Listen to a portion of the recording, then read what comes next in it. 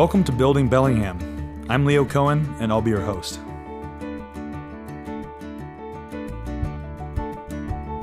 Hey everybody, this is Leo Cohen with the Cohen Group Northwest and Keller Williams Realty, and I'm a local realtor and entrepreneur. I'm super excited to be doing this podcast. Thanks for tuning into our first episode, The Maiden Voyage. I started this podcast because every day I draw inspiration from so many awesome local entrepreneurs and business owners. So I wanted to create a platform to empower others that are in that position where they're, ready to jump into whatever it is that they want to do or start a business, but they just need that inspiration or that roadmap on how to get there. So on today's show, we have Jesse Nelson, who's the co-owner of Overflow Taps, which has two locations, one up in Linden and one here in Bellingham in Berkeley Village.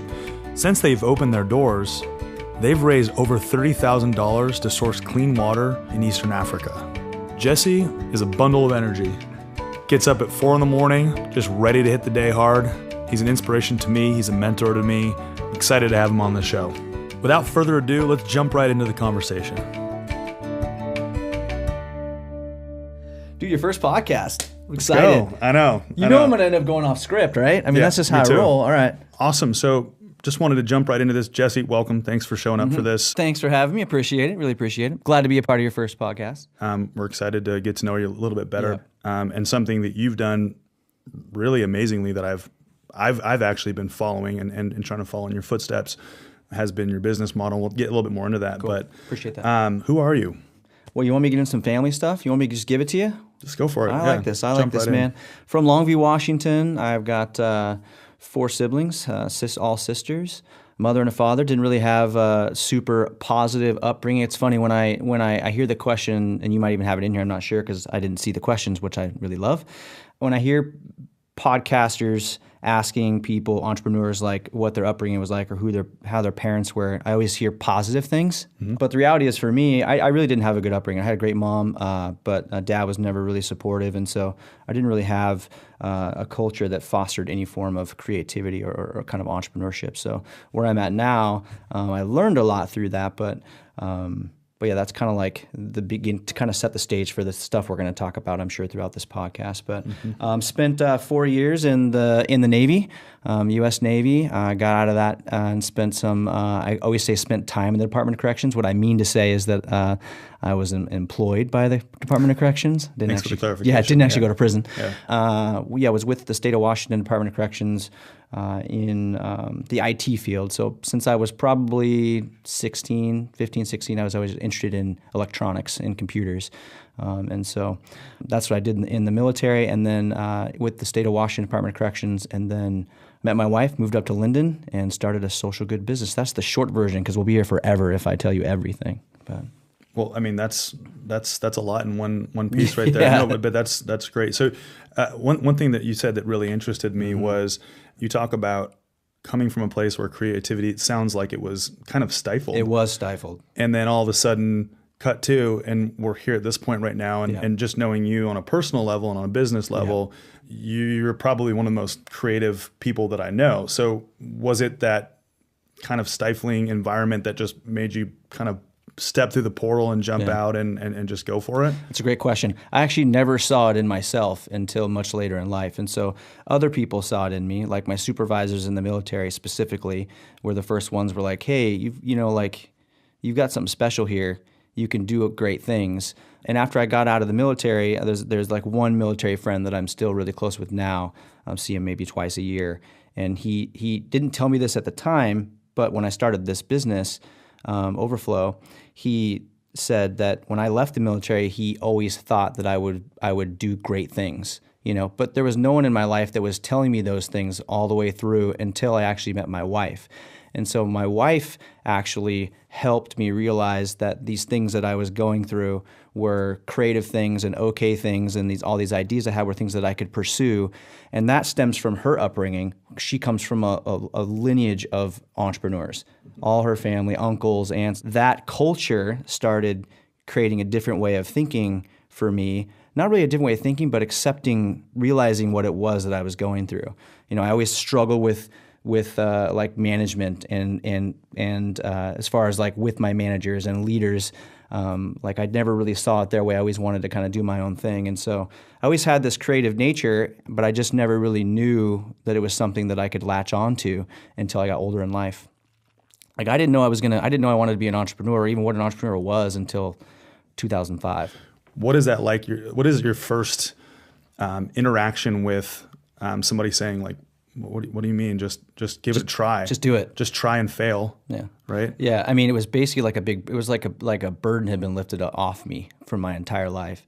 I never really had anyone where I set an idea to and was like, go do it, you know? And then like fear of failure too. It's like sometimes I wouldn't want to do something out of fear of failing, but then realizing some of her uncles, or one of her uncles specifically, just in the story that came to my mind just now was, he had started a business and he went bankrupt and suffered through some things, and he would tell you this too, and then came out of it and started another business. And so it was like, that's the fail forward thing, where it's okay to fail. And then I started kind of shifting to this mindset of, oh, well, it's okay to fail. Then I started taking more risks in my personal career and like started advancing in my career because of taking those risks, because realizing when I was a kid, I wasn't allowed to fail. Like failure was a no-go, and so but now I'm around people who are saying it's okay to fail. And that was a huge burden. It's nice to within myself to be able to go about my life not worrying ever about failure.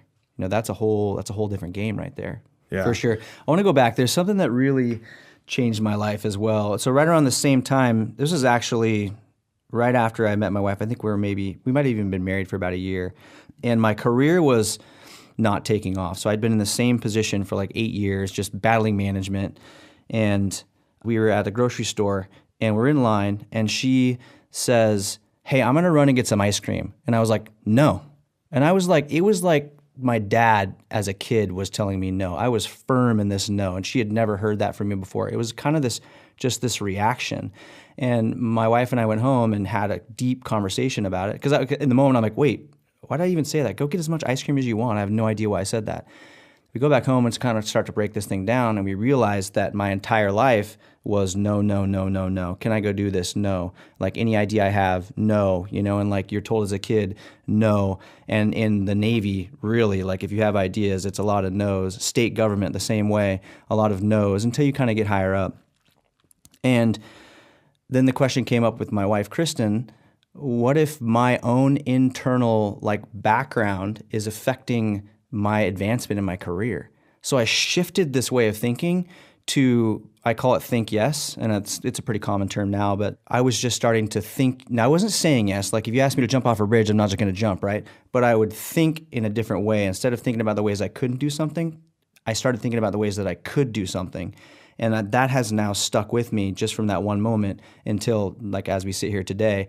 And once I started making that shift, then it was instead of battling with my manager, it was, yes, how can we make this happen? How can we make this happen? Let's figure out ways we can do this. So then like my career started to really take off then. It was like, okay, quickly. Now I'm in a management role and on an executive path and move down to Olympia and take a job there. And then different business ideas pop up and I'm like, yes, let's try it. That moment in time in my life really has changed my path, I think, forever. So what's an example of a time in your life or in your business where you had no just like flood your brain, but you said, you know what, I'm going to think yes. What was an example of that? Oh man, the business that I own now, the tap house, right? So I own a tap house in Linden, Washington. Started it in Linden, Washington. We have one in Bellingham as well. We donate 25 cents a pint to charities that provide access to clean drinking water in developing countries. That's a really fancy way to say we build wells in Africa is really what's happening through drinking beer. And to put a craft beer place in Linden was like unheard of.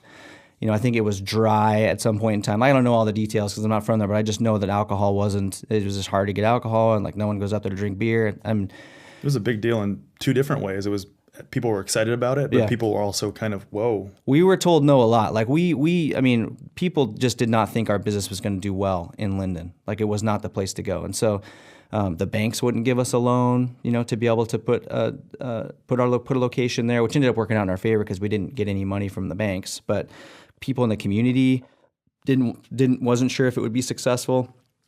there was a lot of no's leading up to that business, but ultimately it was scratching our own itch. Mm-hmm. It was like, I want a beer, I don't want to drive all the way to Bellingham to get it, so let's put one in Linden. And then it's been depending on your definition of success, it's been pretty good. So no, right? Mm-hmm. This has kind of been your upbringing, and then you come into a town where it's historically dry on Sundays, right? Yeah. And the bank says no. Yeah. How many times did they say no? 3 banks said no. 3 banks said no. And what was your reaction on the first no versus the third no? Because you're in business and you guys are doing awesome. So what was your did it build? What happened? The first no was because the bank, and I won't say the bank's name, but they felt that they didn't want us to give from the get-go, which kind of makes sense. Like, they don't even know if you can make money. Why are you giving 25 cents a pint from off the top? Understood. And the other one was didn't think craft beer would do well in the city of Linden. So that was the first no. The second no, we actually came really close to getting a loan there, but ended up being for the same reason. This is number 2? Number 2. This was giving. This was a bank in Bellingham. And that was our second no, but it was more about the charity. Like, again, like giving, you're giving, right from the get. And then the third bank said no, but by this time we were already looking at how to get financing in other ways. So we worked with a videographer friend of ours to do a video for a GoFundMe account. We were looking at friends and family for peer-to-peer loans, raising capital by selling merch and doing like lifetime membership plans. We had already now, because we thought the bank would just be the easy way to go, but because we couldn't get it, then we started looking at all the ways we could get it in other ways. So, getting a little bit of money out of the wife's 401k and like taking some of these risks to actually start this business where you could just crumble over and die because the bank told you no on your money. We all know there's tons of ways to get money now. Like, the bank can pretty much be the last place you can go get money these days. But so thinking yes, carrying forward that. Yep, that motto, is what gets you. It's like, well, no money? Oh, crap, we're done. No, that's not how it works. If you want to do it, you got to figure out how to do it. And you have to bootstrap it at that point. Like, I think the first location we opened was $50,000 or $60,000 in startup. It was tight. It was really tight. But and you guys, I have one direction I can go with this, but the other direction that pops into my mind is you and Adam both told me a story, and Adam is the other owner of Overflow. Adam Stacy, yeah. He's we're 50-50 owners, and he is an amazing cog in the wheel. He really does run the ship. So you guys started this out together, and remind me if I'm going in the wrong direction. This is great. But at the Linden location, you guys hadn't hired anyone yet, so it was just you guys serving as well? Me, Adam, and at the time there was another partner, Josh. Yep. We were working behind the bar, 60-hour work weeks for probably 3 months. And then you have to work on the business too. That was the side that kind of failed in the beginning. But yeah, it was a lot of hours. So you guys just buckled down, put the hours in, and you said something about working on the business versus working in the business. Correct. Can you talk a little bit more about why both sides are so important to a business? Both sides are really important. So working in the business gives you perspective, so that way you can set clear expectations for the jobs within those businesses, and that's the main thing. So if you've been the CFO, if you've been the keg buyer, the beer buyer, if you've been the beer tender, the manager, the marketing director, if you've been all these things, whether it's you yourself or, like in my case, I have a business partner, so we've split a lot of those duties, then we know how to set the expectations for people coming in. That's the importance. And then understand your customer base, especially our business. Working in the business has helped us learn what our customers really want, and built those relationships that have lasted years. Those like 3 months where we worked a lot, and we even worked at the bar long after that, just not as much, helps build those relationships for people who have been supporters since day one. Then you have to do it in a staged approach where the first thing we were beer tenders. And it was like, okay, well, in order for us to free up time to work on the business, which is like figuring out how to actually make the business successful, we can't be behind the bar 60 hours a week. So the first thing we did was we hired a beer tender. We ended up hiring 2 beer tenders because one of them we really liked. We were only going to hire 1, so we brought in 2. And then that freed up time for both of us. Now I could start doing a little bit of social media marketing, just a tiny bit. Instead of just posting every day, now I could actually learn how to market the business. Which is what you love to do. Which is what my passion is. Right. And Adam could now actually start to figure out how to manage people. And then the next phase after that was, we were still working behind the bar. Then the next phase after that was, okay, let's get rid of our bar shifts. So that way Adam can actually be a good CFO, because that was has been a really important part of our business, and how to be a good COO and a general manager, and now actually build a hiring process and an onboarding packet and all these things to actually help a business long term be able to succeed. And then me being able to get more involved in the community, that side of marketing, and then really focus on what it means to be a good CEO. And you can't do those things if you're working in the business, but there is an importance to working in your business, I think, before you move into those other things. Absolutely. So you're basically say you're sitting in chairs next to each other. You guys both have a stack of hats on. So when you're starting this business, whatever industry you're in, you have a stack of hats, right? This is it, bro. This is it. And you're sitting there trying to balance all these hats. You're like, oh, wow, this hat, I don't like this hat. And this hat is a little too heavy, and this one makes my hair flat. And, this is it. And then all of a sudden you start realizing, okay, I can't live like this anymore. Yeah, man. And you go, hey, you, over there, here's a hat that I think might fit you. And they try it on, they hate the hat, they give it to somebody else. Yep. Okay, try this hat. So basically you're passing out these, and I'm almost done with the hat metaphor. No, this is great. I've never heard it described this way. This is great. But like having that, what you guys did was you had a recognition that these are the things that you guys needed to do to be able to teach other people how to do these well, right? Mm-hmm. And then from that point, then you actually just needed to go for it and say, kind of take a step back, from a finance perspective and say, you know what, I need to hire somebody to do this because this is not where I should be focusing my time. Is that about right? That's exactly it. And then the last one we did was hire an event planner. Our business became so much about events. Like any form of profit, if there is any form of profit, is going to come from those events. And so we started realizing how valuable that they are. So we hired Angela, and she has taken over events. So that way that frees up more time. Now we started the podcast, so it's like you got to start hiring, even like sometimes it doesn't make sense financially. Like you're pre-hiring, you're almost like too soon. Yeah, and you can do it too soon. That's the struggle. That's the struggle you play with. That's the fine line. But ultimately, you got to hire those things out so you can help the business grow. And that's actually where a lot of small businesses fail. That's where depending on what their definition of success is.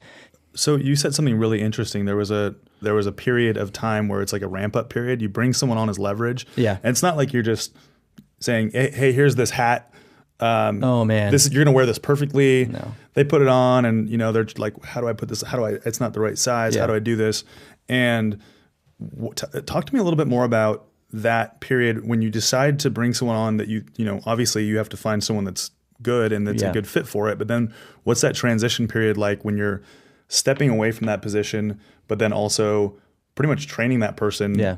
But then also trying to keep your hands off to let them do their thing. Yeah, the hands off and let them do their thing usually comes from ego. And so it usually stems from a little bit of ego or control, right? You don't want to give it away out of just because you've done it so long. But there is a phase. I mean, you hire someone, you train them, and you train them in the way that you want them to be trained, unless they're really experienced, right? So you train your processes and procedures. And so for a little bit of time, now it's harder for me, actually. So now I'm doing the work I've wanted to do, and I'm still training someone side by side for like 6 months. Now it actually gets harder when you hire someone and have to train them up a little bit. You actually spend more time doing it until you're ready to let it go. And then, so it's a long-term investment. And recognize that even if a person is doing 80% as well as I think that I can do it, that's better than me spending 100% of my time doing it, So I have to accept that what you might have to accept the fact that someone's not going to do something the same way you would do it, or like to the perfection that you think you would do it, and be okay with that, as long as things can move forward, So basically what you're saying for all the people listening to this, all the hundreds of thousands of people listening to this, right? Yeah. That's what I'm talking about. There's a timeline. You get to a point, like a breaking point. We've both probably been there multiple times where you say, wow, I can't do this anymore well. Yeah. And I can't do what I'm supposed to be doing. And this is my role. This is what I should be doing. This is what I'm good at. My name is Jesse. I should be out in the community. I should be meeting people. I should be inviting people. I should be collaborating with other businesses. And then you say, great, now I have to start figuring out who's going to take that off my hands. Yep. Then you go through this process of trying to put this net out there to find the right people. Yeah. And some just don't work out for whatever reason, for timing. Then you get one person in a room, right? Metaphorically, you get one person right here. They say, this is a good fit. You say, all right, I feel like it's a good fit too. And then you're just ramping up. You're basically still doing their job and training them, basically trying to hand it off to them. And then there's this like handoff. Talk to me about that, like that point, maybe for you and Angela, where she goes, okay, she's like kind of tugging on the baton, like, okay, Jesse, give me the baton, I'm ready, let's do this. Yeah. It mainly kind of happens for us. It really happened with events in that she was really, really like, hey, you have to step away from this. And so that's only going to happen if they feel like they're ready. So that's kind of when you know that they're ready. If they're willing to say, I'm doing these events, you got to step away from this, like you got to like not come to the events in the same capacity I was coming to them before, where I'd be kind of an active role. Now it's more come talk with the people, that kind of thing, and not be the point man for all these different events. So you have this pass off. Yep. And that they have pushed. Well, they're pulling the baton. Yeah. You're like, yeah, but this is my baton. I gave I'm not it. quite ready. I'm not quite ready yet. I'm not quite ready yet. I'm not quite ready yet. Rocket's like ready to launch. Yeah. So tell me about your ego in that moment, because we all have ego, right? Whether you're the biggest saint in the world or you are not the biggest saint in the world, we all have ego. It's human nature. So in that moment, what is your ego saying? Is your ego screaming, saying? I'm experiencing that now actually with social media. Angela wants to take on some different social media roles. And as she's getting more efficient, when we knew this would happen, now she's becoming really efficient. I knew exactly how long it took from the inception of event to the time it took to promote the event, exact amount of time. And so, and when she first started, it took a while, but now she's getting very efficient, which creates more time. And so now she wants to take on some social media stuff, but my ego side of me, like the deep inside of me is not quite ready to give it up because I'm still learning a lot from it, right? So, and she's been asking now for like a couple months, and that's ego. I have a team member that really, really wants to learn it and wants to take it on, and that would be very helpful for me for her to take it on. And the only reason it's not happening is because I don't think that I'm ready to pass it on. It's not that she's not ready. It's that I'm learning so much, and like I don't necessarily want to give it up, and it's something that I really love. But like, who's to say I can't pass off the first steps of that stuff? Or there's some kind of process we can create. Like maybe she does Snapchat, or something like that. So a little bit gets taken off my plate while she learns. Because I think that eventually it becomes a point where it's a skill that I think that she needs in order to grow in her career and leave us eventually and do great things. And she recognizes that too. It's investing in her future. And as soon as I can start thinking about it that way, it's investing in her future, then it's like, okay, I'm ready to give this away, which is also an investment in my future. Okay. It's not easy, man, because you have to be really self-aware. If a lot of people don't recognize that they have an ego or that they don't want to let something go out of fear. You've got to really spend time in the thinking process to be like, okay, did I just do this because I don't want to give it away, or did I do it because I'm scared it's not going to get done right? And then you got to make decisions. So this is almost a second level of thinking yes, right? It's Absolutely. It's like thinking yes through somebody that you've already said yes to. It's almost this like second tier of. Dude, CEOs get paid to think, and I'm just now getting kind of understanding this. I like to operate as well, but I need time to think, to really think high level, really think about what's going on, pull some data and paint a picture, and then to be able to help make a decision. For you, especially if we go back to what you're talking about with your childhood and being in a not positive or negative, however you want to look at it, environment, now that you have the ability to choose who you surround yourself with, how important do you think that would be for other entrepreneurs, aspiring entrepreneurs, people in general, as far as placing people in their lives go? That's huge.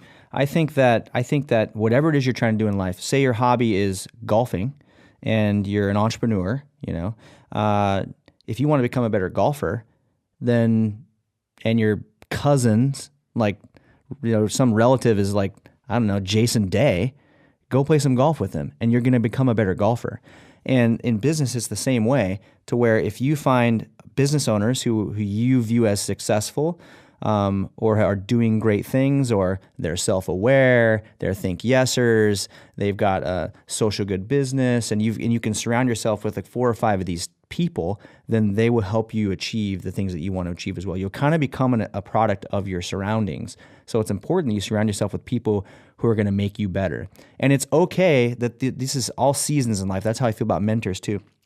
It's a season in life. So there's been times in my life where I surround myself with people, and then there's a time when it's time to surround myself with other people. Not that there's anything wrong with these people, but there's just a different direction, or I might be just going in a different direction. And so then I surround myself with, and I'm actively doing this all the time now. It's kind of the way I think about it now. It's like, okay, I can kind of cut bait here This person's more of an acquaintance, but I'm going to really surround myself with a core group of people that can really help me. You're doing it for a selfish reason in some ways.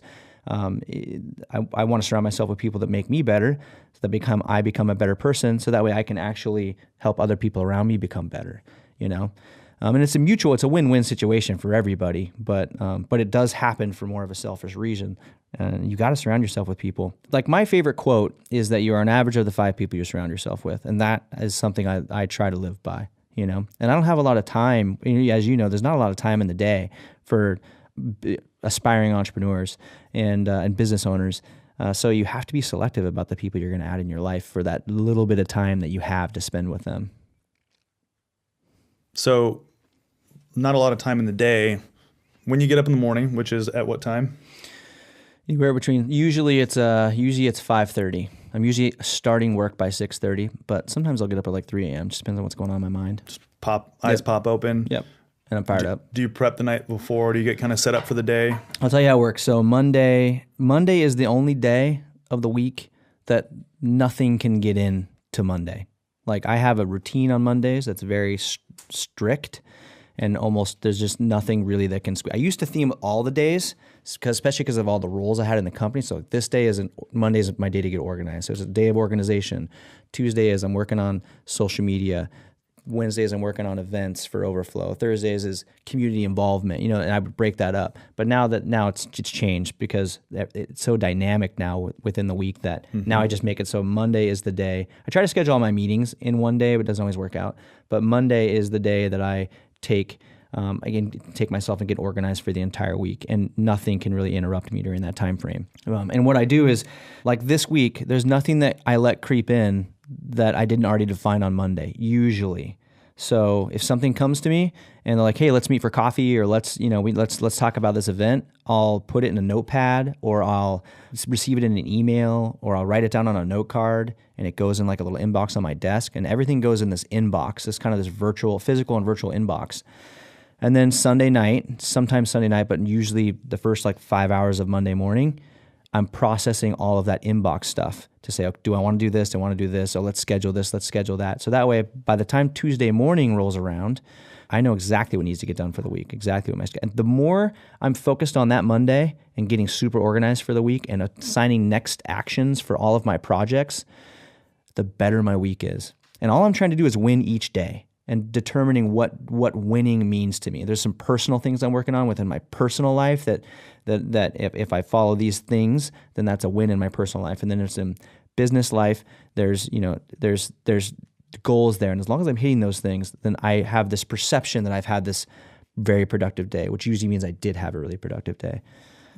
Monday's how I get organized, but. Just quickly, if we can go on to that topic, that's really interesting to me because you're talking about wins. What does that mean? So micro wins. So on a day that you don't open up a new location, every day, right? Yeah. I'm just saying. Yep. Right now, you guys have 2 locations. Yep. You're not opening up a new location in a new city every single day. So that's a macro win. Yep. What does a micro win look like for you? An example of a micro win would be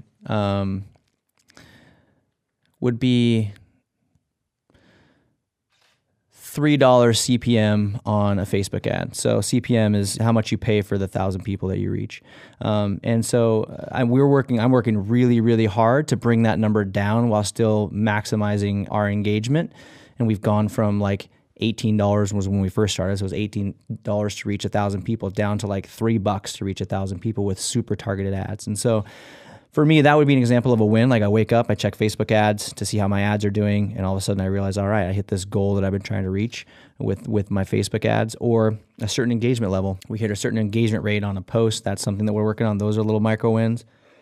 Really anything that's going on throughout the day in the business that's on my to-do list, or they're all micro wins. The whole day is the whole day you could almost be considered a win, but it's because it really depends on my productivity.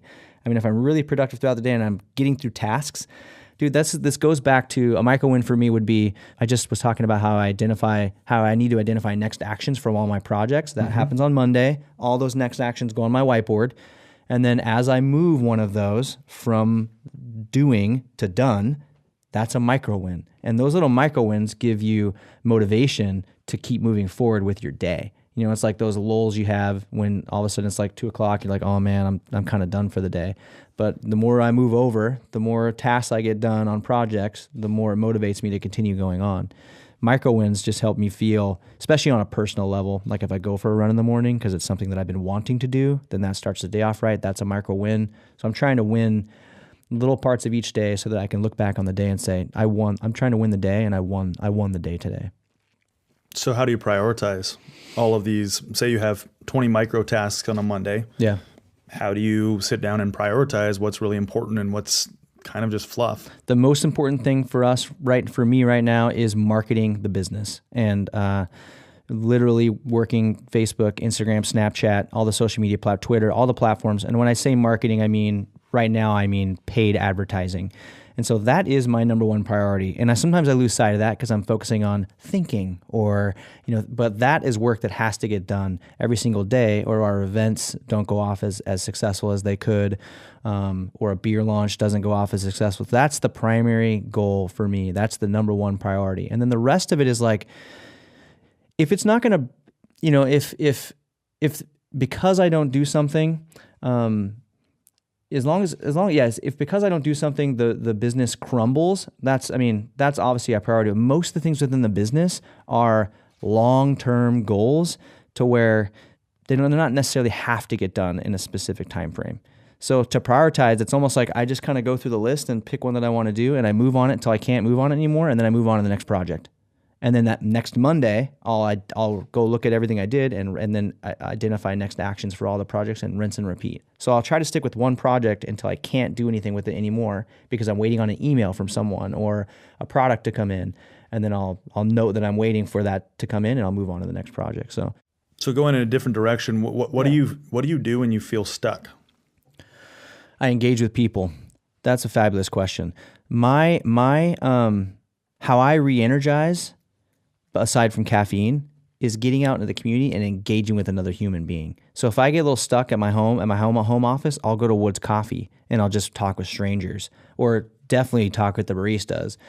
Talking with people, engaging with people re-energizes me, gets my creative juices going, and then I get fired up and get back to work. I think we've had a couple meetings where you said, hey, let's meet today. Can you move up the meeting? I'm like, sure. And what's going on? And you're like, man, I hit a wall. Yeah. I got to engage with people, and that's something that's taken me a long time to learn too. Is I refuel by engaging with others in the community. Like the job I'm doing now, like the way I'm going about my job doesn't actually use my strengths. And so what I mean by that is I sit at my computer most days for a long time for this job, other than working events and getting out into the community. But a lot of my job is just sit at my home desk. And that's actually not the best place for me to be. The best place for me to be would be engaging with other people. Even if it's a 30-second conversation, like in a workplace, in a cubicle environment. So you just get out, and this is not for everybody either. Nope. Each entrepreneur Actually, I know a lot of people who aren't this way. Yeah. So there is another side of the coin where people may need to recharge by getting away from people. Absolutely. Too, and recognizing that. Absolutely. Right? Or going down to the river and hanging out in the sun for 30 minutes, or whatever it is that you do, you figure out within yourself to re-engage, to refuel. Everyone's definitely different. So when you go to recharge, how important is that for you to recharge? It's important, but I don't put a high value on it, and that's a fault. That's something I'm trying to work on. I've been like refilling your cup is something I'm very interested in right now. It's like, and I think it might even been you that was talking about it, to you or someone else. And then I start thinking about it. I'm like, oh, well, maybe I'm not the kind of person that's my best at working 20 hours a day, and working really, really hard. Maybe I'm at my best if I work 16 hours a day, take 2 hours to go play 9. On like a Friday, have a beer and reset for the next week. I don't know, because I've never tried to experience those things. I've only always thought that the hard work is the best thing for me. But so now I'm kind of playing around a little bit with, is there a thing for me like refilling my cup? Is taking a 15-minute walk helping refill the cup, or doing a little bit of golf or hanging out with some friends, things that I have not done very well in the last 3 years is make time for myself and other people. And that's something I'm trying to work on now. I think it's the struggle that every entrepreneur that is listening to this and everyone that, we know that is an entrepreneur and struggles with that. I know I've talked about this with you. I've talked about this with many other people. It's this whole idea of putting water in your cup first so that you can then pour water in other people's cups, right? Yeah. You have no water in your cup, you can't give to others. And I know that we talk about this selfish, you refer to it as this selfish urge to bring the right people into your life. It is selfish. Absolutely. And selfish has a kind of a stigma on it, doesn't it? It does, but everyone's got it. Yeah. Everyone's got it. Everyone's got this innate selfishness in them. Either it's subconscious, and you don't maybe not know, you may not recognize it, usually because maybe you haven't really been practicing like self-awareness. But the more self-aware you become, the more you realize how selfish people really are. I mean, it's just behavioral science. People are you're trying to survive. You're built to try to survive, and that's a selfish thing, actually. So you have that already in you, and it bleeds over into all areas of your life. So, but it's okay to be selfish for positive reasons. I mean, Yeah. I'm not too hard on myself with that. It's tough though. It's a tough challenge, right? Now, let's talk a little bit more about. I love that conversation, by the way. Mm-hmm. Let's talk a little bit more about your business. Yeah. So you started out with one location. You put the, as they call, the elbow grease into it. Yeah. You guys worked from every level, which is really important. You guys started up first of all, you got rejected 3 times. And I want to say that because I want that to inspire people. Yep, that's a big deal. Yep. What did you see that the bank didn't see in that moment? The issue that this is so great. The issue with banks typically is they're looking at a project and investing in a project, and usually it's data driven. Mm-hmm. So they look at your numbers and like, I don't think that this is going to really work. But like private investors or peer-to-peer loans or like GoFundMe, those people are investing in a concept, but more importantly, they're investing in people. Right. That's what I started to notice was like the failure with the banks is that they didn't know who we were. They weren't ready to invest in us as human beings, where family members and friends were ready to write the check because they believed in the people that were starting the business. I don't think it would have mattered what business we started. I think people want to invest in people. Right. And the banks aren't into investing in people for the most, especially startups. I mean, so you had people invest in you guys. Mm-hmm. You guys bootstrapped it. Mm-hmm. You guys hit the ground. You guys worked. You did every position. Yep. So I want this to kind of carry forward to all the listeners because I think it's so important that people realize there's not just one conventional way of doing it. Yeah.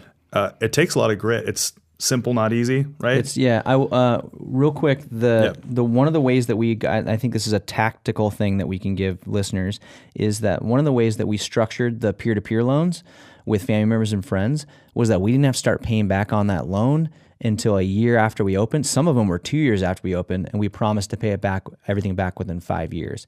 And so we opened the business. That's another thing about not going with a bank is now we've got, I don't know how much it was, like just roughly $30,000 or so, maybe, I don't know. We had some form of money that we didn't have to pay back to anyone for a year or even 2 years, which opens up a cash flow in the business, which is cash is king within a business. And I just wanted to point out that that's a tactical way that you can get money while also not having to pay it back for quite some time. That was huge for us to have that cash flow in the beginning of the business. Now it does create this false sense of security, this false sense of we've got good money coming in, let's make some decisions, because eventually that money is going to start coming out. So you got to be kind of careful of that. Yeah. So you guys got the first location up and running. Yeah. You got past this whole, what's going to happen in Linden? Are they going to accept a tap house in Linden, alcohol being served on any day? We launched Sunday? On a Sunday, actually. Oh, nice. Yep. Yeah. Was that planned? It was. We had to do it. It's like we needed to start making money, and that's when everything came together. So we launched on a Sunday in Linden. It was Valentine's Day, actually. Okay. So you get past that. How long did it take you guys to get that location to be profitable, or to get that location to being Linden? Self-sustaining? Yeah. Linden was profitable from the get. So just to be honest to all the listeners, it was profitable from the get-go. Now, how much profit? Not a lot, but it was profitable. I mean, you look at the numbers, it's a profitable business.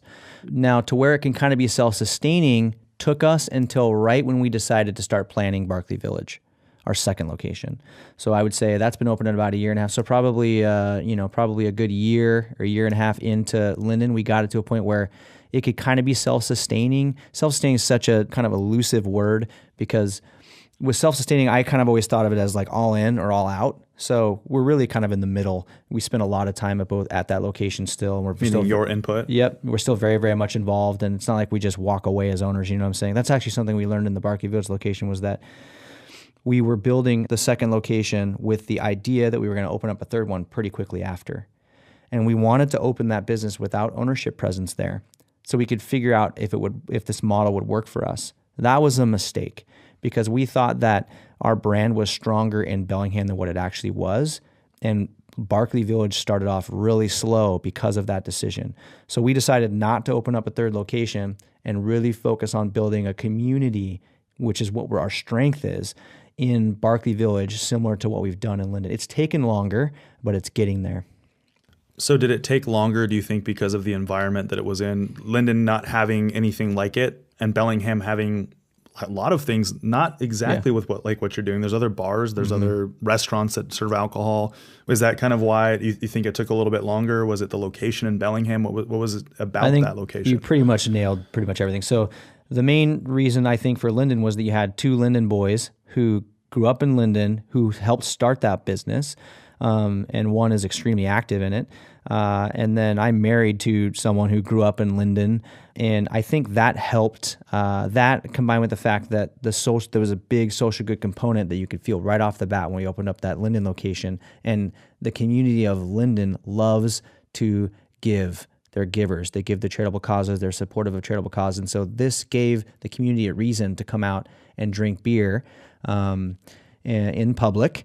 In our outdoor garden, and for a great cause. And I think that really helped build the community in Linden and made it be successful from the start. And the fact that at the time there wasn't any other craft beer in the city as well. And then you build a brand, and people believe in your brand, and they kind of stick around because of that. The Barkley Village location, I think, was just simply a combination of a lack of pre-launch marketing, I would say. What do you mean by that? We spent a lot of time in Linden on pre-launch marketing plans, with focus groups after focus groups after focus groups, coming up with an intense plan to raise awareness for us launching. But again, because we thought the brand was a little stronger than what it actually was, we did less of that when we did Barkley Village. So it kind of started to come later. And we were literally looking at other buildings while we were building that one out, we were focused on where could this third one possibly be as well. And so our attention was just never really focused around building a community in Barkley Village at the start, and that's just where it should have been. And so I think that Linden was more successful because there was ownership presence behind the bar for a very long time, connecting people to the cause and connecting people to us and that kind of thing. And eventually, as people got to know the beer tenders, they realized the beer tenders are bought in, and they buy into the vision, and then they get more connected to the beer tenders. But when you launch a brand new location, that's really, really hard to have your team be able to really buy into the culture enough to be able to answer a simple question like, how many people have you guys saved through this project, or where does the money actually go, or how does it get donated? They start asking those questions, and you don't really have all the answers. But it's just taken a little while, a little bit longer to get going. Once we invested our time in it, which is what any good business person should do, it's definitely doing a lot better. So investing time, we're talking about branding. How key is branding, and should entrepreneurs, spend their time investing in branding, or should they just focus? That's more on the business, right? Yeah, that's all on the branding is everything. Yeah. Because when the economy fails, and the consumer has choices that they have to make, and a lot of those choices are subconscious, they're going to lean on companies that have built a strong brand, a brand that they connect with. That's what's going to happen. When there's a ton of competition, there's not really a whole lot of brand loyalty. New place pops up, there's a nice little shiny object, you go check that out.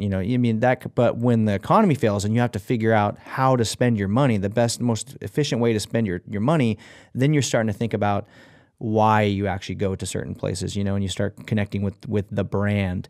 There's, when you sell a business, you have what the company is worth, the revenue the company makes, what the company is worth, and then there's this other line item above that's brand. What is the brand actually worth? And so if your goal eventually is to sell your company or to be around when the economy slows, because I think a lot of people can build a successful business in the economy of the state that it's in right now. Right. But to build one and sustain one through a downed economy would be really, really hard. I'm kind of like mentally preparing myself for that right now, actually. And that is all brand. That's 100% brand. And then, but what is brand?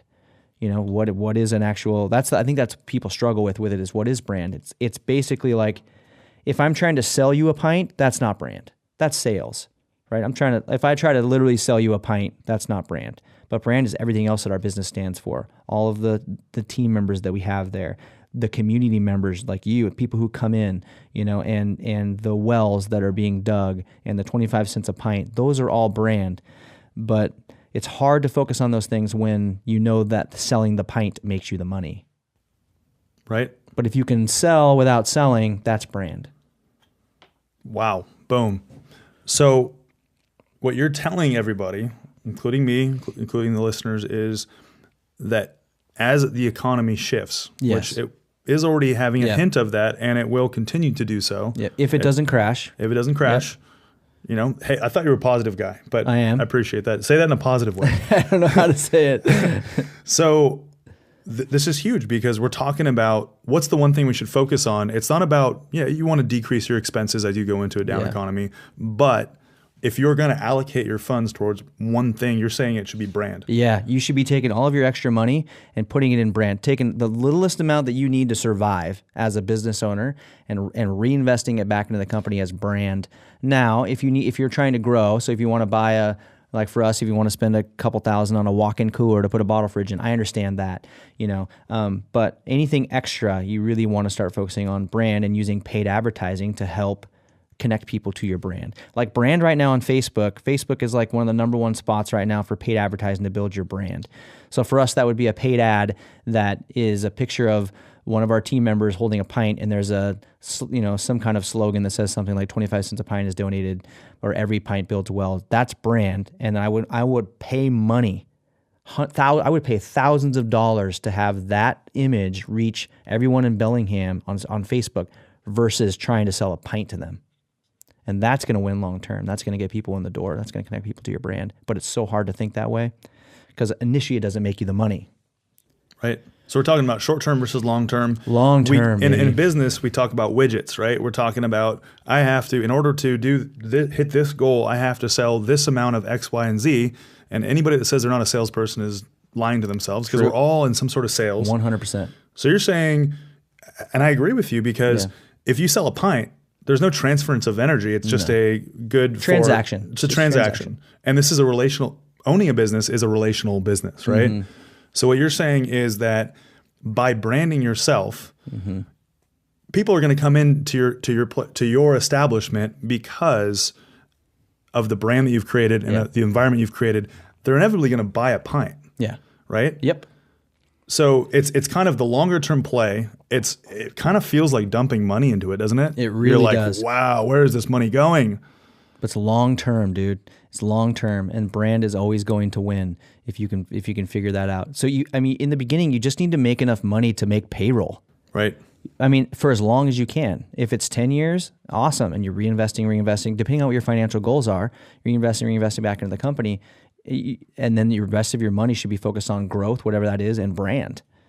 And then eventually it pops out, in the end, and now you start actually making a little bit of money, and maybe you can take a little bit of a salary or whatever. But and everyone's different. But some people start businesses and need the money to live, and I understand that. But anything beyond that, you just want to focus on growth where you need to, and then brand. Well, that's huge, and I kind of want to go more down that road. We were talking a little bit about how you guys expanded really quickly. Yeah. You guys said, whoa, this is going great. We're going to go to Bellingham. Bellingham's going to be just the same. They're going to know our brand. It wasn't like that. Correct. And then you guys had already gone to Bellingham and then thought, where's our third location? What's your vision longer term? How do you want to expand? How do you want to grow? How do you want to grow the people within your company? Yeah. What does that look? What's your vision of how that's going to unfold? Yeah. Expand, grow, and then grow people within the company. I think for people in the company, because that's the most important part of the business. So the beer tenders are the most important people in our company. And I don't know if they always feel that way sometimes, but it's the truth. They're the first person that connects people to our mission, of building wells. And I think just doing whatever we can to grow them into to really help them accomplish whatever they want to accomplish in life. And that's through getting to know them the best that I can, right? And it doesn't always work out that way. There's not always a ton of time, but I try my best. And the more I can learn about people, the more I realize how I can be a positive force in their life to help them actually grow. So wherever they want to go, I want to help them get there. Whether it's staying with us or buying a house or starting their own tap house, right? Or starting their own tap house. Right. Absolutely. Or like Angela's big dream is to start a restaurant. And I would love to do whatever I can do to help her get there. So that's as far as staff goes, that's what I'm thinking about as far as staff growth goes. But the business, one thing that I've liked about being in partnership with Adam is that it's weird. It's almost a cop-out that we don't have a 10-year plan, but we like to be able to pivot. And so there could be a scenario where we might have 5 Overflow Taps locations. That's not likely at the moment, but it could happen. There could be a scenario where, well, maybe we open up a brewery someday. Just, we haven't really talked about it, but you never know what could happen.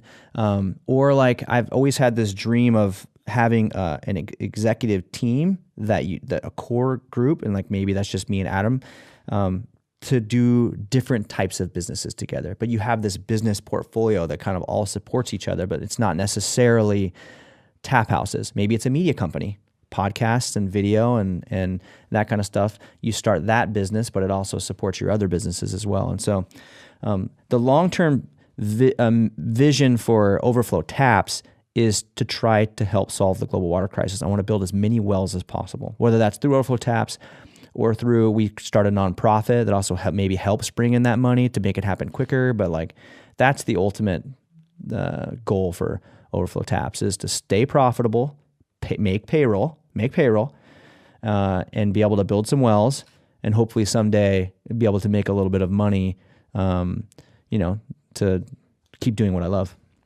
Do you? This has been great. You guys have a podcast too. We do. Talk to me a little bit about that. Yeah. Yeah. We started it. We decided that instead of opening a third location, we would focus on Barkley Village, our second location. And as the third location is we had this idea to start a media company. It's going to start off with podcast, right? And in that podcast, we mainly review beers. It gives us a good opportunity to just review beers and connect with the customer base in a different way. And then we've also done some things where by the way, it's called the Overflow Taps Craft Beer Experience. And you guys are drinking beer. Yep, on the podcast. Oh, this is foamy. Who poured this? Yeah. Like there's the one episode where I accidentally poured beer in a dirty glass, and that's like a big no-no, right? Yep. But we've also been like, one of the things we love to continue to do is there's been a couple instances where we've gone on site to breweries and set up our equipment and done the podcast there, which we love. But again, it depends on time, so that's freeing up more resources to be able to do those kind of things. I do think that if we were to set up a media company, it would help our business and our brand long term. So that's kind of why we started the podcast.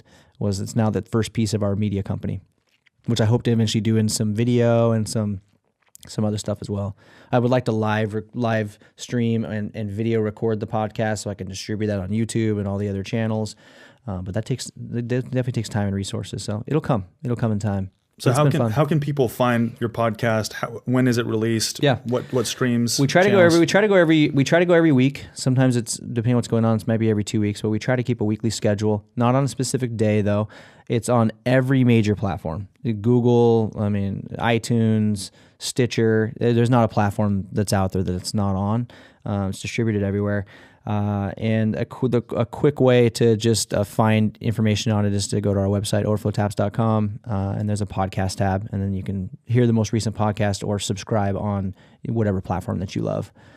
And that's been a fun thing for us, man. Just hanging out, drinking some beers. I think people think that that's what our job actually looks like. That's not what it looks like, right? We're not just hanging around drinking beers all day, or there would be no business. But that's a time where we can kind of do that. And Adam and I can connect and have a good time because we're both really busy. We actually don't spend very much time together just sharing a pint. So that's one of those where we get to do it. So what we'll actually end up doing for all the listeners, we're going to actually put the link to your podcast in our link. Cool, man. I appreciate that. And so people can find the link to your latest episode and your past episodes and subscribe from there. Really, my last question to you is, as an entrepreneur, there's kind of people see you do things and they think, gosh, that guy's lucky. Is it just dumb luck that you stumble into some things, or is it hard work, or is it both? Is it a combination of both? Hard work breeds luck. Luck doesn't come without the hard work. So I'm going to give you an example of just two guys, or two people. And if I'm building a tap house and you're building a tap house, and you're spending 4 hours a day building your tap house, and I'm spending 14 hours a day building the tap house, even if you're a little bit more efficient than I am at building a tap house, the fact that I'm grinding for that amount of time and connecting with people and all those types of things, luck is going to come my way the harder that I work. That's another reason why I have a hard time with like the fill the cup thing, where like I want to work as much as possible, and not because I want to get lucky, but more doors will open for me the harder that I work. Well, I really appreciate you taking the time to come out and talk with us. Thank you for helping us kick off this first episode of Building Bellingham. We're super excited to continue to help businesses grow within Bellingham. So thanks for taking the time, and looking forward to seeing your growth continue down the road as well. All right, brother. Thanks a lot. Today's episode was recorded at Binary Studios. Building Bellingham is produced and edited by David Lofgren. Andy Rick is our engineer. Our social media Jedi is Cooper Hansley. I'm Leo Cohen with the Cohen Group Northwest, your host. For more information, visit livebellinghamnow.com. Building Bellingham is a proud member of the BellPod network, a collective of independent podcasts produced right here in the city of subdued excitement.